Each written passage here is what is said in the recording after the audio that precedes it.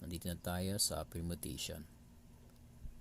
So we have to define permutation as a number of ways a group of things can be arranged. And then when a group of objects or people are arranged in a certain order. So kailangan daw meron certain order. So kapag walang certain order, hindi po yang permutation. Okay, and then the last one, the order of object is very important. So sinasabi, sir, paano ba naming malalaman kung permutation yung binibigay na word problem? So the first one, so a good example of permutation is yung seating arrangement, right? So kasi kapag seating arrangement, meron tayong certain order. Okay? Also sa ranking, di ba? So sa ranking kasi meron tayong top 1, top 2, top 3, and then so on. Okay? And then also pwede nating good example of this is the pin of our ATM card. 'Di ba? Hindi naman tayo po pwedeng pimindot kung mali yung ating number na nilagay. Okay? So kailangan kung ano yung number na unang pinindot natin, yun pa rin kapag nagwi-withdraw tayo. Okay? So that is permutation. And then the formula is, so we have here the number of permutation of n things taken r at a time is p, quantity n r is equal to n factorial. So mamaya i-add natin yung factorial ha. All over the quantity n minus r factorial.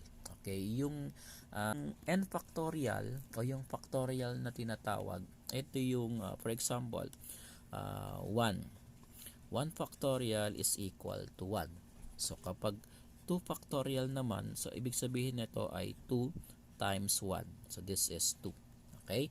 And then kapag 3 factorial, so ito po yung 3 times 2 times 1. So this is 6. Okay? And then kapag 4 naman, so this is 4 times 3 times 2 times 1. So this is 24. So ganun po yung sinasabing factorial. Okay? So we have some different types of permutation. So isa-isahin po natin. Okay? So ito yung ating example. So let us read. So how many ways of 3-digit numbers can be formed using the number 1, 2, 3, and then 4?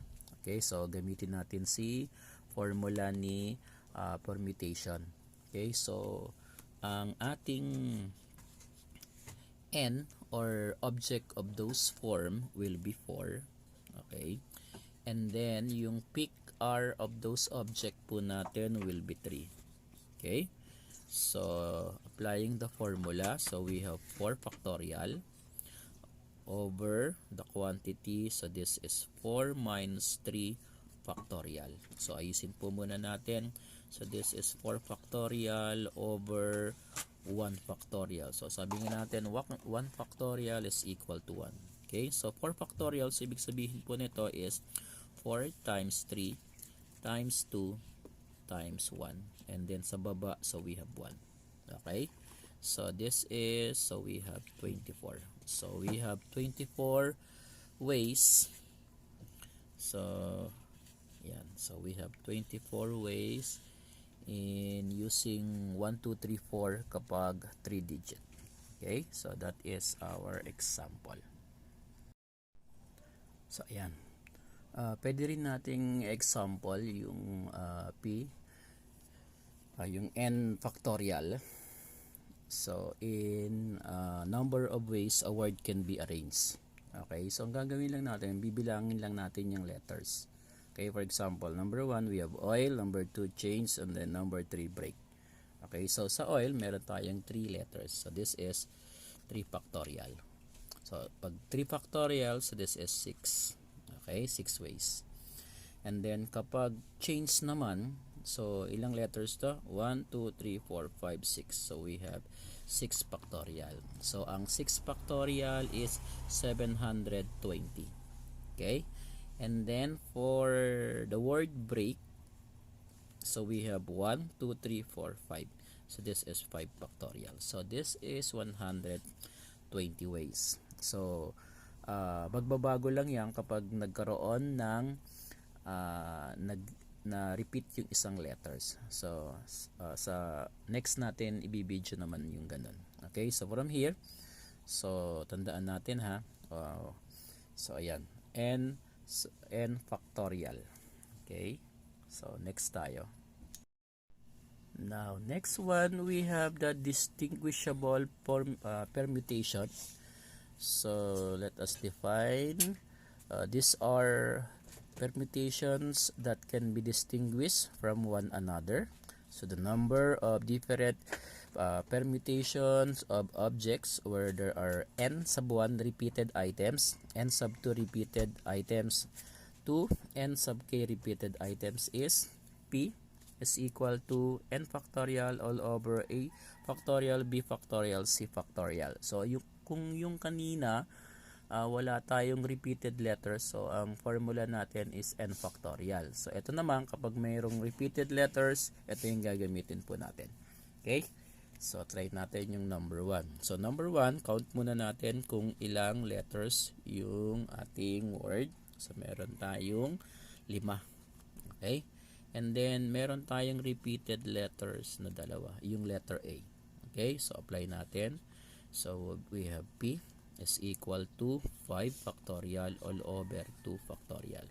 Okay, so sabi natin dito, this is 5 times 4 times 3 times 2 times 1. Okay, so ito naman ay 2 times 1. So pwede natin i-cancel to. So ayan, so ang maiiwan natin is 5 times 4 times 3, so this is 60. So ayan. Okay, then sa kabila naman, so meron tayong ilan? 6. Ang n natin ay 6. Okay, and then meron tayong a na 3 at 2 s. So ayan. So meron tayong p is equal to 6 factorial. Meron tayong 3 factorial at 2 factorial. Okay, so katulad ng ginawa natin kanina, so we have 6 times 5 times 4 times 3, okay, times 2 times 1, and then sa kabila we have 3 times 2 times 1 times 2 times 1. Okay, so dito, so pwede nating i-cancel si ito at saka ito. And then pwede nating cancelin si 3. Ayan. At saka si 3 sa taas. Okay, so ang may iwan sa taas ay 6 times 5 and then 6 times 4 pa. So this is 120. And then sa baba meron tayong 2 kasi 2 times 1. So divide natin, so this is also 60. So ayan. Okay, so ayan po ang ating example. Okay, try ulit natin yung isa pa.